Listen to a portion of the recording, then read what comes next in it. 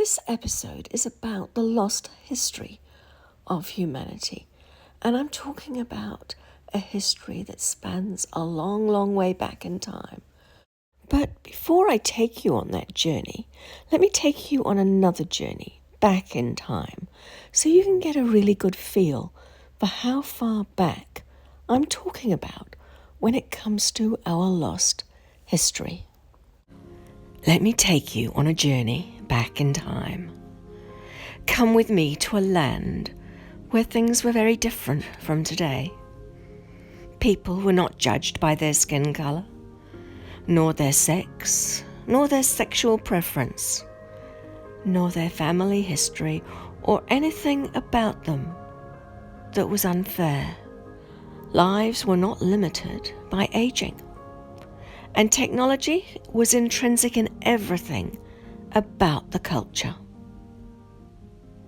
Let me navigate you through time, back through the turn of the century, back through the 20th century growth of our modern world and the terrible wars that kicked it off, back through the industrialization of the 19th century, back through the revolutionary ages of the 18th century, the French Revolution, the American Revolution, the Industrial Revolution, and even the Great Divergence.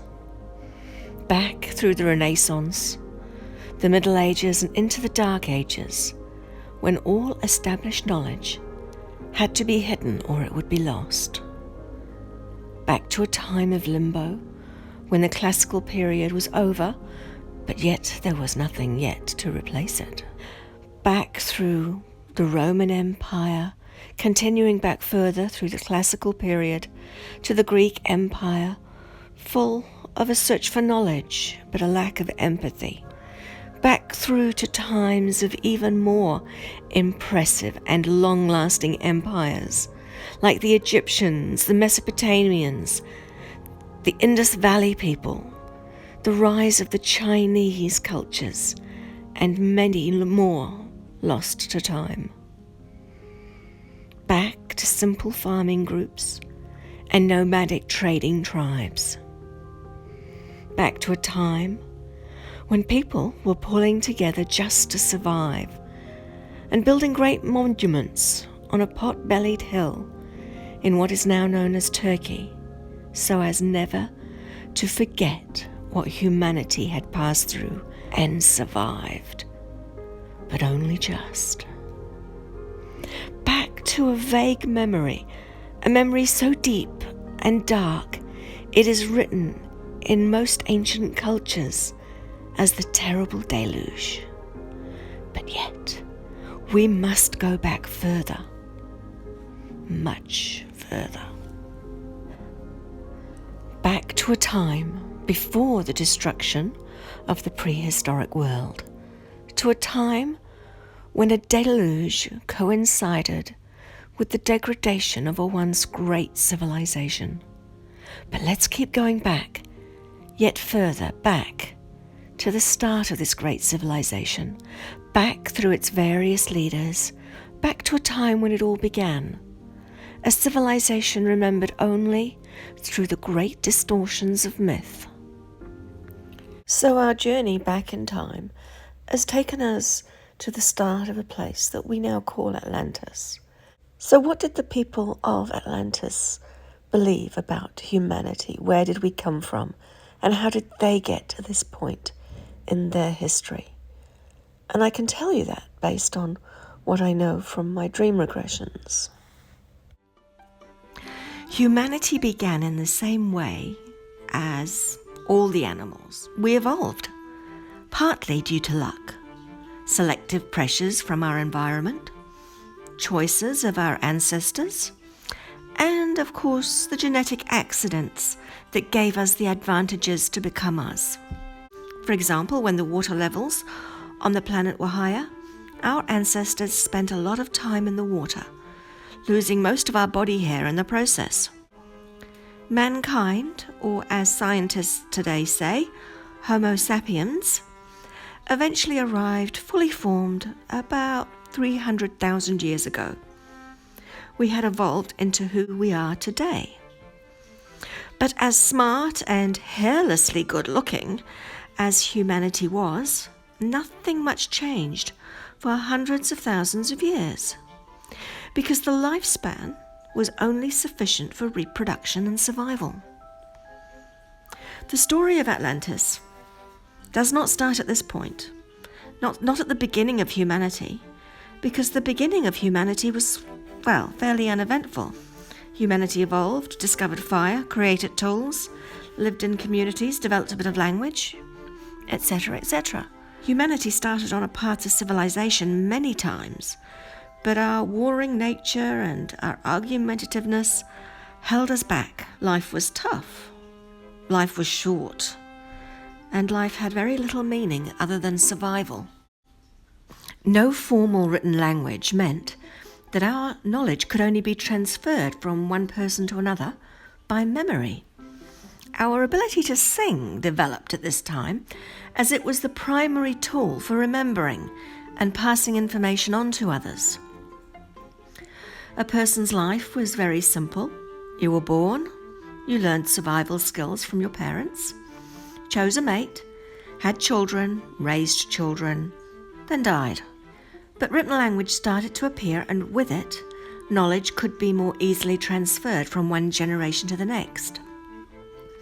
Each generation was able to build on the knowledge of the previous generation, and then it would be gone in a flash, over and over. But progress was slow because lifespans were short. A person had just got to grips with what life was all about, when suddenly it was all over, and it was the turn of the next generation to continue to try to do better.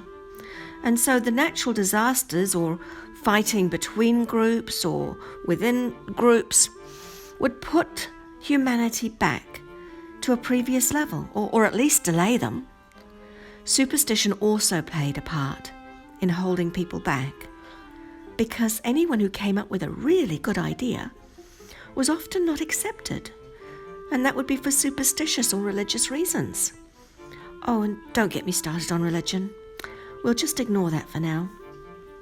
Humanity ebbed and flowed for thousands of years, moving to different lands, experiencing different dangers, and somehow surviving. One group of humans became slightly more successful due to their unified culture. Everyone supported each other, and as the culture evolved, it became stronger. Dangers came and went, and the culture persisted.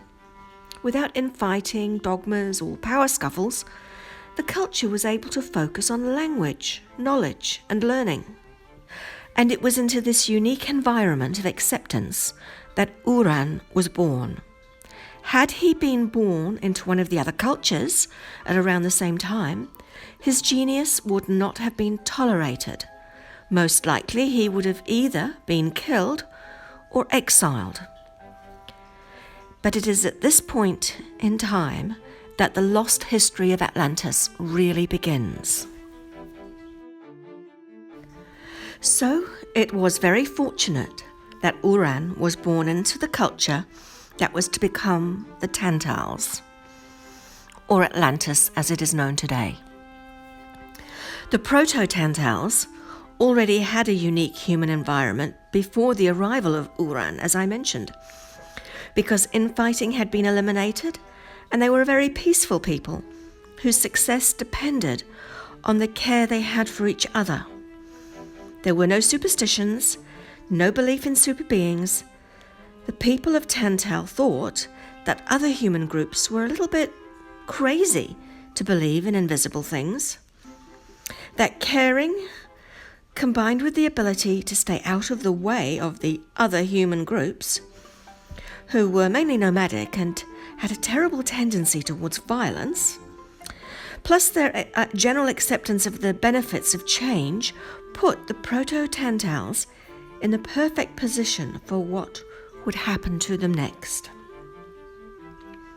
Especially since they already had a written language and retained knowledge in books, so they were well ahead of the other human groups at the time. One day, everything changed when an exceptionally intelligent child was born by the name of Uran. To him, the things the adults taught were self-explanatory, easy and obvious.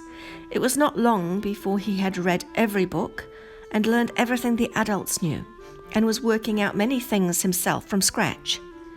He realized that the biggest problem he had to resolve was that all the people and animals had a built-in obsolescence, which he must resolve if humanity were to live long enough to progress. Before the age of 20, he had already invented many machines. He had even clumsily managed levitational flight and had resolved many health issues in the population. So he'd improved health in a person's lifespan, but this was no longer enough for Uran. He wanted everyone to be young. He hated to think of losing his parents and his last remaining grandparent. So his focus went on longevity. Only being able to extend life expectancy was just buying time, and his greater achievement was yet to come. He discovered a trigger in the genetic structure of all people and animals that caused aging and eventual death. Once he had the key, he knew what to look for to fix it. Anyway, there's a lot more of that on my other episodes, but he achieved his fountain of youth. Before the creation of the cure, which is how it was known, a person would get old enough to be good at something, then die, often without passing on the skill they had mastered. So living longer meant that not only did a person fully master their skills, they had time to become active in passing on that knowledge, sharing ideas, and developing fields of study and knowledge. People still died after getting the cure, but they didn't die of old age.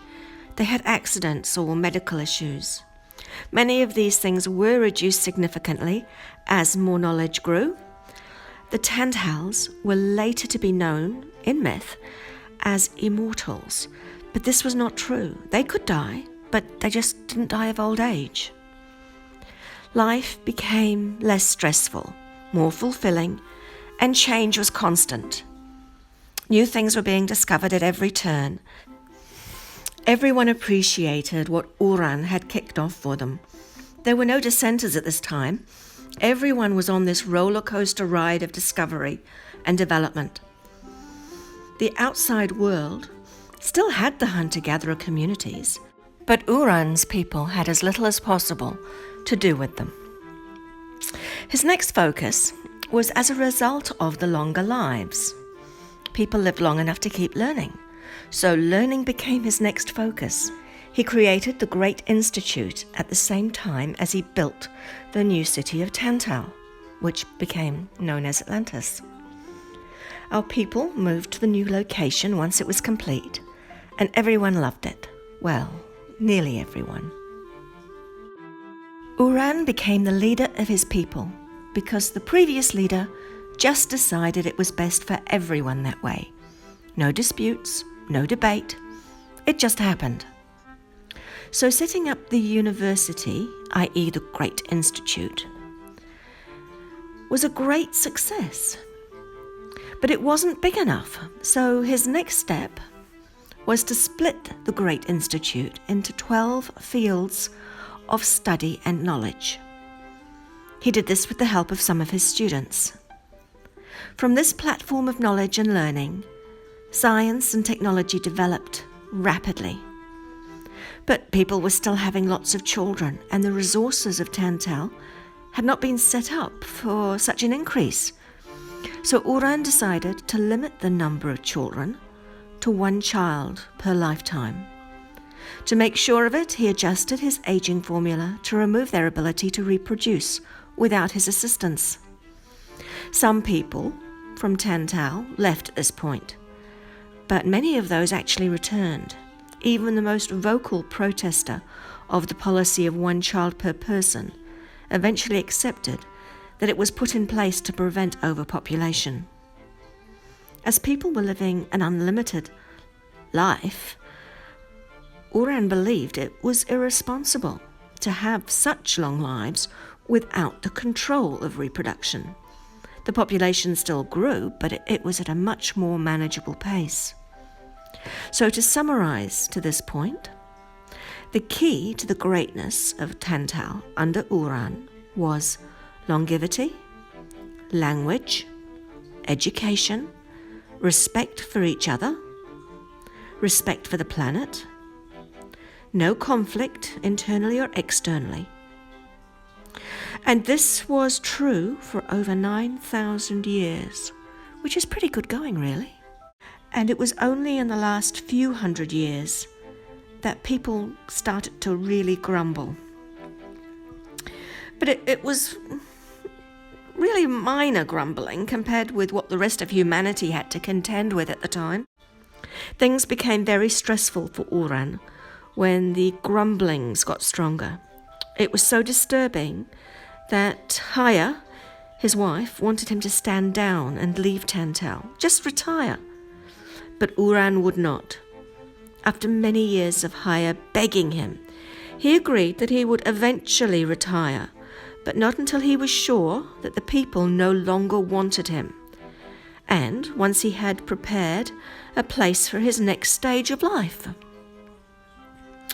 But the years dragged on. Behind the scenes, Uran worked tirelessly on his secret location, but he kept all his secrets very close to his chest. Most of the complaints about Tantau centered around the laws. There were 3 or 4 major issues that the people had.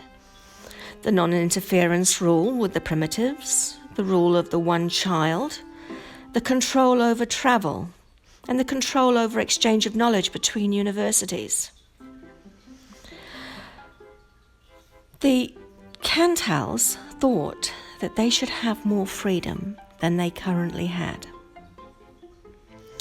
Eventually, Bela of Kron, one of Uran's most trusted students, and in fact his own son from before the time of Tantau, made an agreement with his mother, Uran's wife, Haya, and they decided it was time for him to stand down as leader.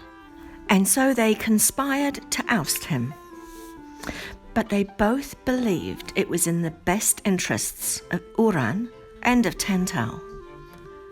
Bela got a large number of people to go with him to the Great Institute, and when Uran came out, they were in the process of pulling down his obelisk with the laws of Uran carved into it. It was all over when the great obelisk fell. Uran cried when he saw Haya in the crowd as well. He walked back to his home, packed up his things, and left Tantau forever.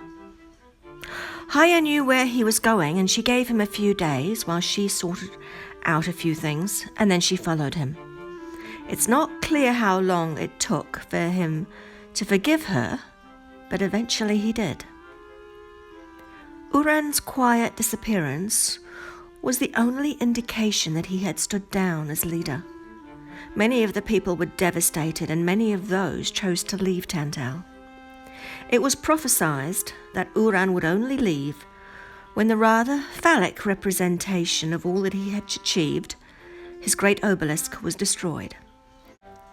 Anyway, retirement for Uran was pleasant enough. He still had much to do, so it was not as bad as he thought it might be. So now I'm going to talk about the time of Bela.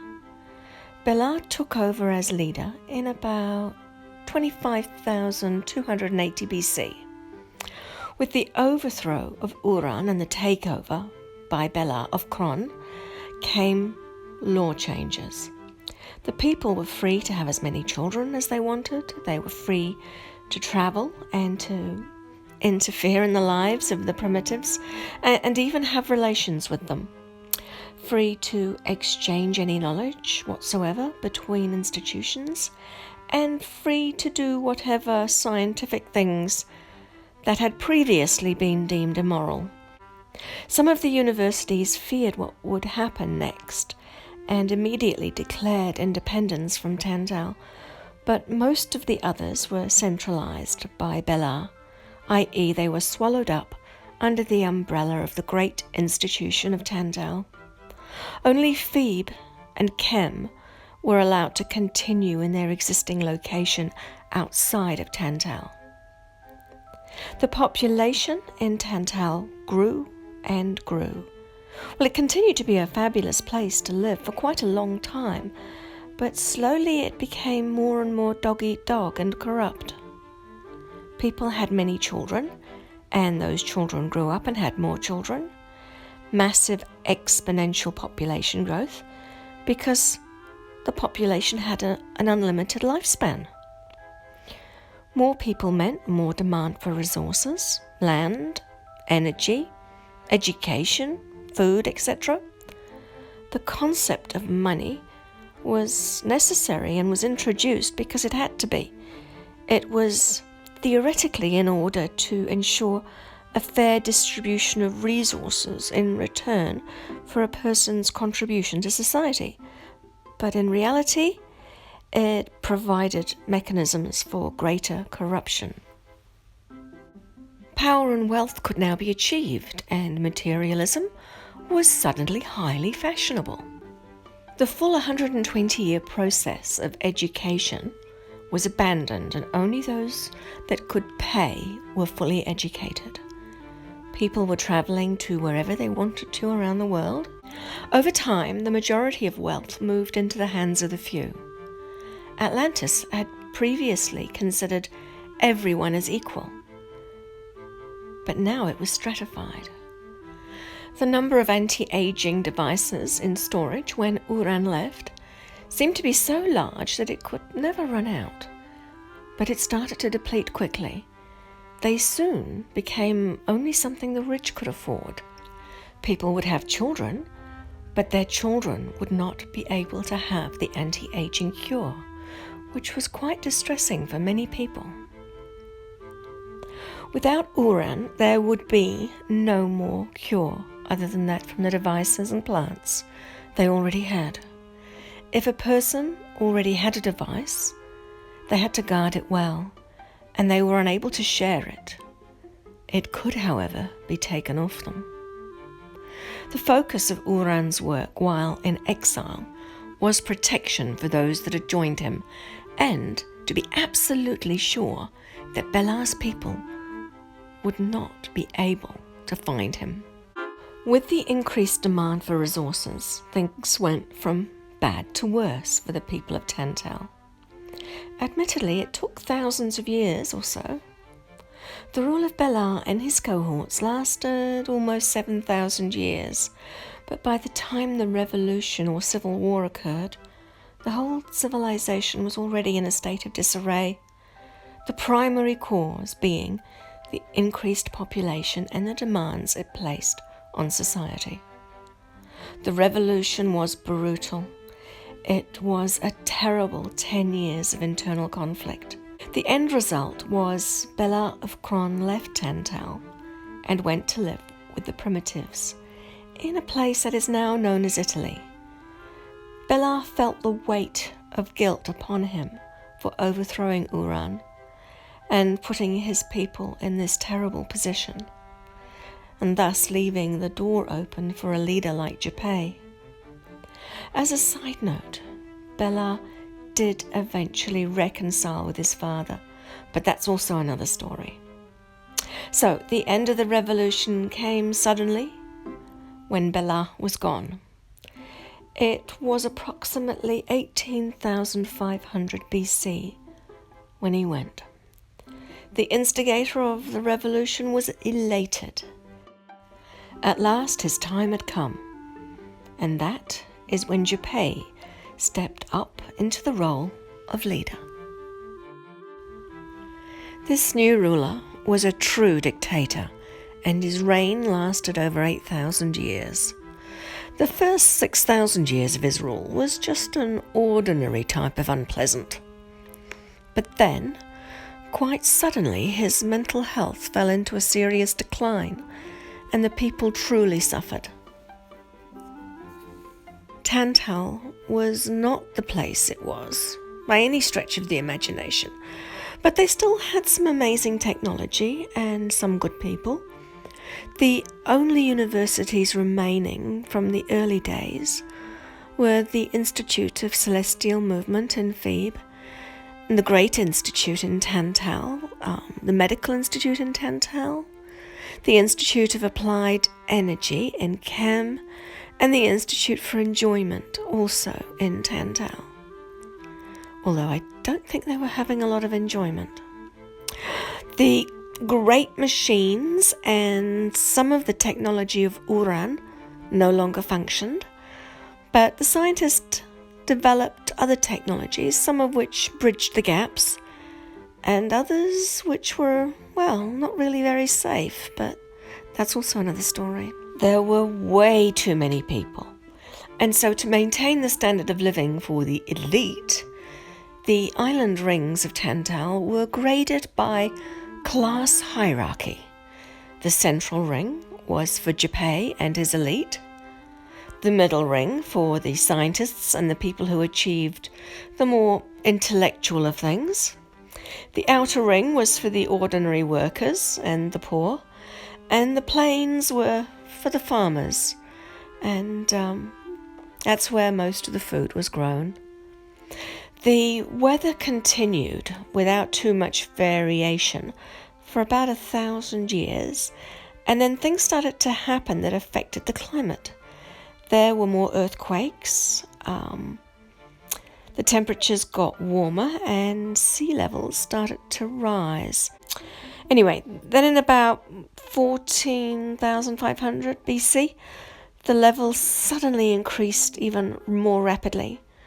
The scientists were at a loss to know what to do, and Japay really didn't care. By this time, his mental health was showing signs of extreme abnormality. Not that anyone ever dare mention it to him.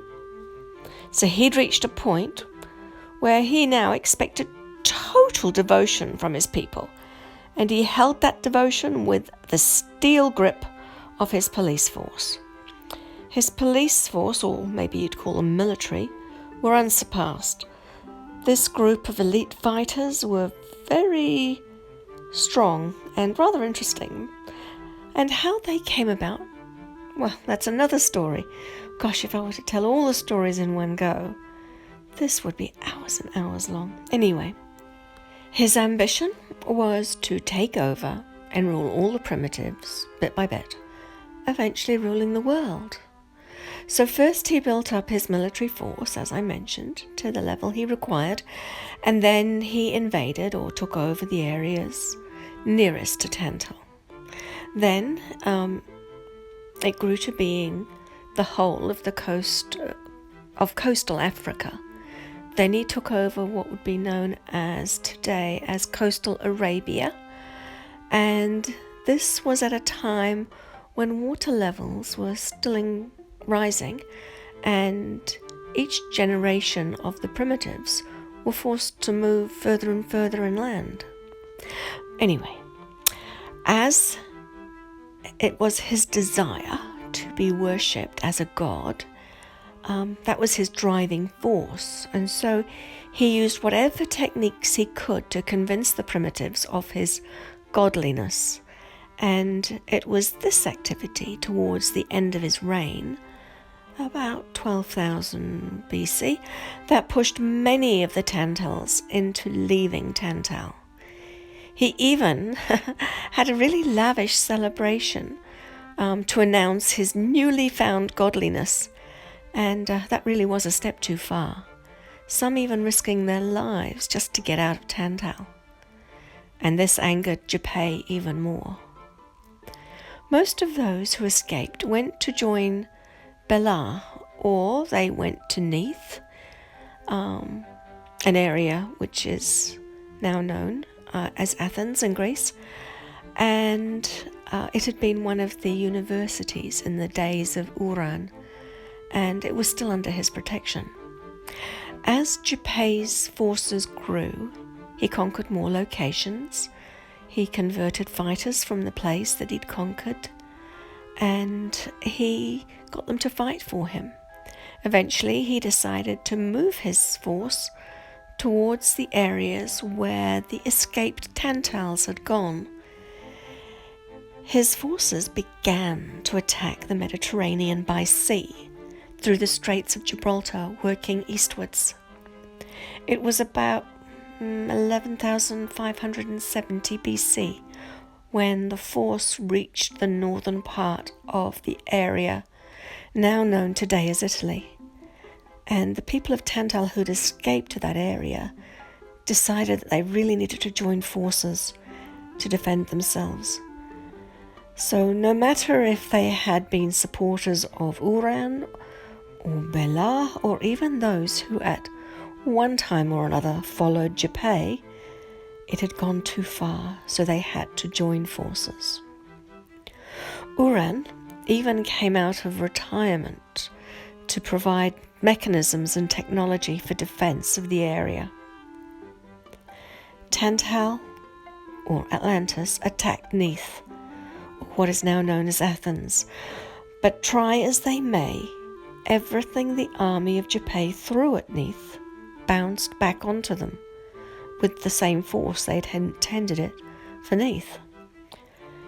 Japay was undeterred, sending one group after another into battle with essentially themselves.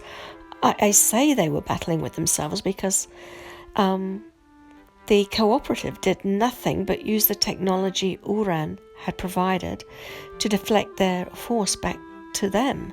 So essentially they were just attacking themselves. Angry and defeated, Japay withdrew what was left of his forces. So by 11,565 BC, the war was over.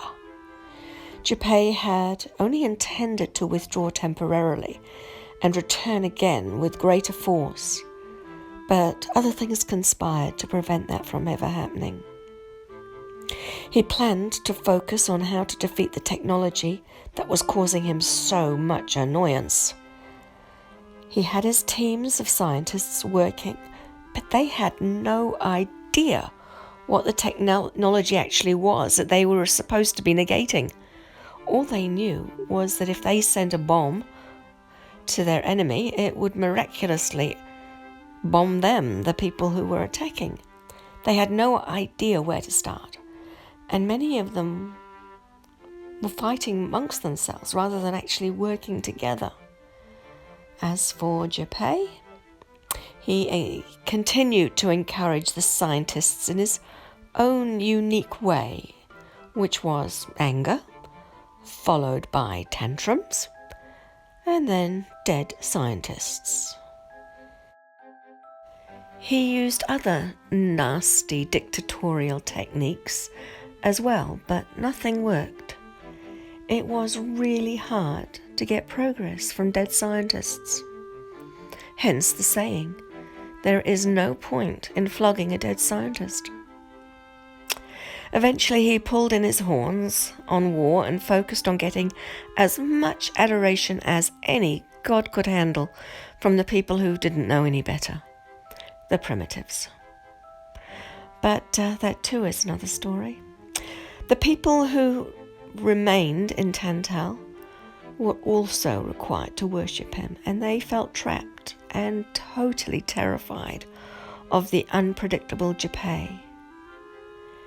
But it certainly fixed the problem of overpopulation.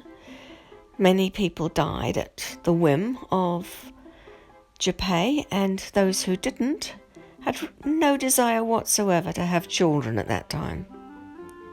Conditions within Tantal continued to get worse.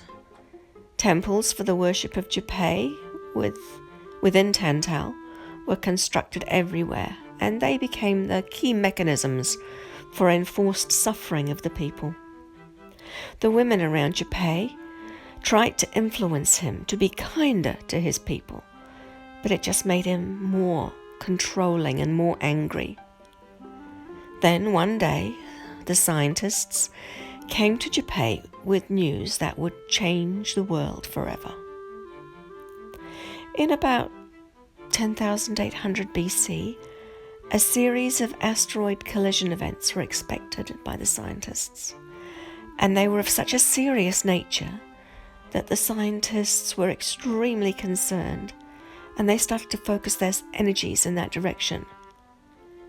But should they have told Japay? Probably no. This series of large asteroids were on a collision path with Earth, and Japay was in denial. He ordered the scientists to continue to focus on the technology to defeat Neith. But they knew how serious the threat really was.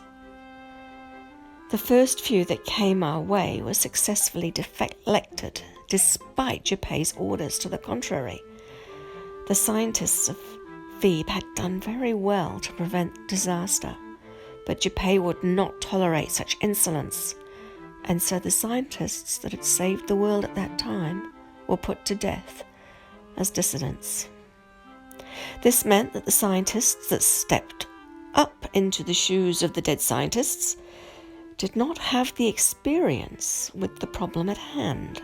So when the next threat presented itself, the new lead scientists tried to deflect in the same way that the deceased scientists had done before them. Once again, they worked on it contrary to the directives given by Japay, knowing that they would most likely be killed either by way of impact or by Japay. So they persisted, but their lack of expertise resulted in a very small miscalculation. The deflection worked, but not enough, and parts of the asteroid struck, or should I say skimmed, Antarctica like a thrown stone skims a pond. The earth trembled. There were eruptions around the world, like bottles of fizzy water that had just been shaken and opened up at the same time, and the world plunged into a small ice age that would last 1,500 years. Atlantis was badly damaged. But that is not how Atlantis or Tantal was destroyed. But this destruction was soon to come. This destruction came in a way that I think is called a perfect storm, when things just line up in a way that makes the end result even more terrible. Tantal was in disarray, internal fighting, petty disputes between the leaders, many of which were just trying to protect the scientists that remained. But combine that with continued small impact events and airbursts, all of which would have been quite manageable at the time if the scientists had been permitted to live long enough to work together. As I'd mentioned, many of the dangers had been deflected sufficiently to cause minimal damage, but then another impact that had not been sufficiently deflected hit. This time it was a big one, and it hit in an area that already had elevated ice levels.